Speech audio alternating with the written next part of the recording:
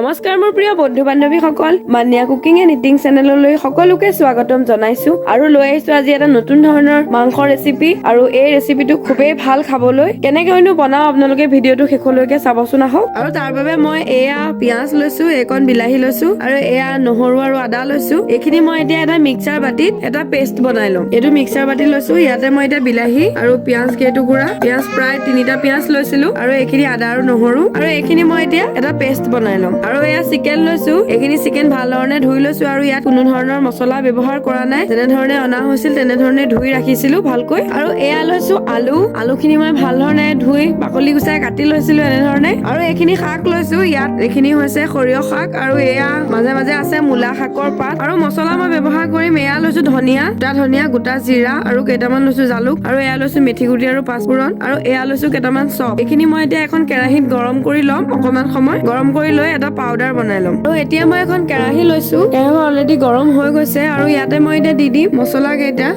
আৰু অকনমান লৰাই ল'ম। আৰু মছলা কেইটা গৰম হৈ গৈছে, এতিয়া মই এটা মিক্সাৰ বাটি লৈ এইকেইটা কাঢ়ি ল'ম। মই বেছিকৈ ক'লা কৰি লোৱা নাই। আৰু এতিয়া মই এখন কেৰাহী গৰম কৰি লৈছো, ইয়াতে মই এতিয়া দিম মিঠাতেল আৰু ইয়াতে এতিয়া দি দিম অকনমান হালধি আৰু দি দিম অকনমান নিমখ আৰু আলু কেইটুকুৰা মই ইয়াতে এতিয়া ফ্ৰাই কৰি ল'ম।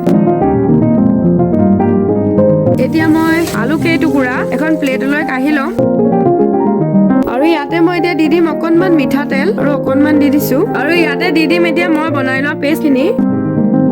এইটো আপোনালোকে পেষ্ট নকৰাকৈ ডাইৰেক্ট এনেধৰণে কাটিয়ে দিব পাৰে, কিন্তু পেষ্ট বনাই ললে মাংসটো খাই অলপ বেলেগ ভাল লাগে, বেলেগ এটা টেষ্ট আহে। আৰু এইখিনি মই এতিয়া অকনমান লৰাই ল'ম, এনেধৰণে লৰাই দিছো।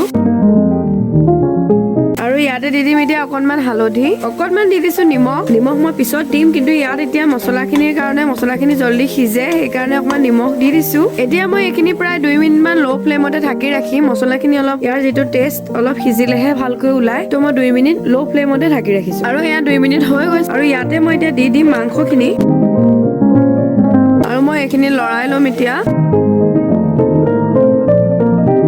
আৰু ইয়াতে মই এতিয়া দি দিম অলপ নিমখ, মাংসখিনি জোখেৰে মই অকনমান নিমখ দিছো। আকৌ মই লৰাই লম, আকৌ মই তেনেধৰণেৰে 5 মিনিট মান ল' ফ্লেমতে ঢাকি ৰাখিম। আৰু এয়া 5 মিনিট হৈ গৈছে, আকৌ মই অকনমান লৰাই লৈছো।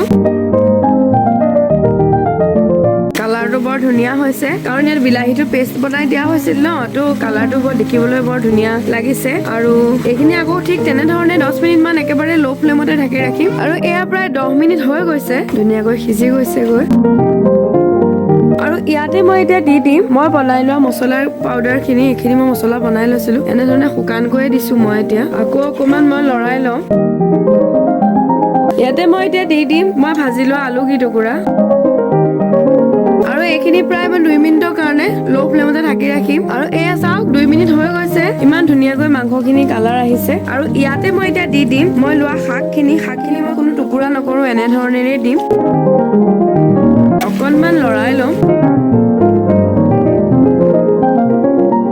আৰু এই শাকখিনি অলপ লেৰেলিবলৈ আৰম্ভ কৰিছে। আকৌ মই ঠিক তেনেধৰণেৰে 5 মিনিট মান ল' ফ্লেমতে ৰাখিম। আৰু এয়া প্ৰায় 5 মিনিট মান হৈ গৈছে, এয়া চাওকচোন ইয়াৰ পানীখিনিও শাকত যিহেতু অকমান পানী আছিলে, পানী ওলাবলৈ আৰম্ভ কৰিছে। আৰু এয়া চাওক মাংসখিনি কিমান ধুনীয়াকৈ হৈ গৈছে, শাকখিনিও কিমান ধুনীয়াকৈ একেবাৰে নাইকিয়া হৈ গ'লগৈ। আৰু এয়া মই আজি ৰেডিয়ে কৰি পেলালো। আৰু এয়া চাওকচোন কিমান ধুনীয়াকৈ হৈছে। আৰু মই আজি চিকেনখিনি স্পাইচি ব্যৱহাৰ কৰা নাই, জলকীয়া ব্যৱহাৰ কৰা নাই, একেবাৰে চিম্পুলকৈ বনাইছো। আৰু এয়া মই ৰেডি কৰি পেলালো আজি মাংসৰ তৰকাৰী, একেবাৰে চিম্পুলকৈ বনোৱা অসমীয়া ষ্টাইলেৰে। আৰু ইয়াত যিহেতু শাকৰ প্ৰয়োগ কৰিছো আৰু একেবাৰে আৰু খাবলৈও বৰ ভাল লাগে। আৰু আপোনালোকে ঘৰত বনাই চাবচোন এনেধৰণেৰে এদিন। আৰু মোৰ ভিডিঅ'টো চাই কেনে পালে শেষত কমেন্ট কৰি জনাবলৈ নাপাহৰিব। যদি ভাল পালে এটা লাইক কৰি দিব, আৰু যিসকলে মোৰ চেনেলটো ছাবস্ক্ৰাইব কৰা নাই তেওঁলোকে মোৰ চেনেলটো ছাবস্ক্ৰাইব কৰি দিব বুলি আশা কৰিলো। ধন্যবাদ।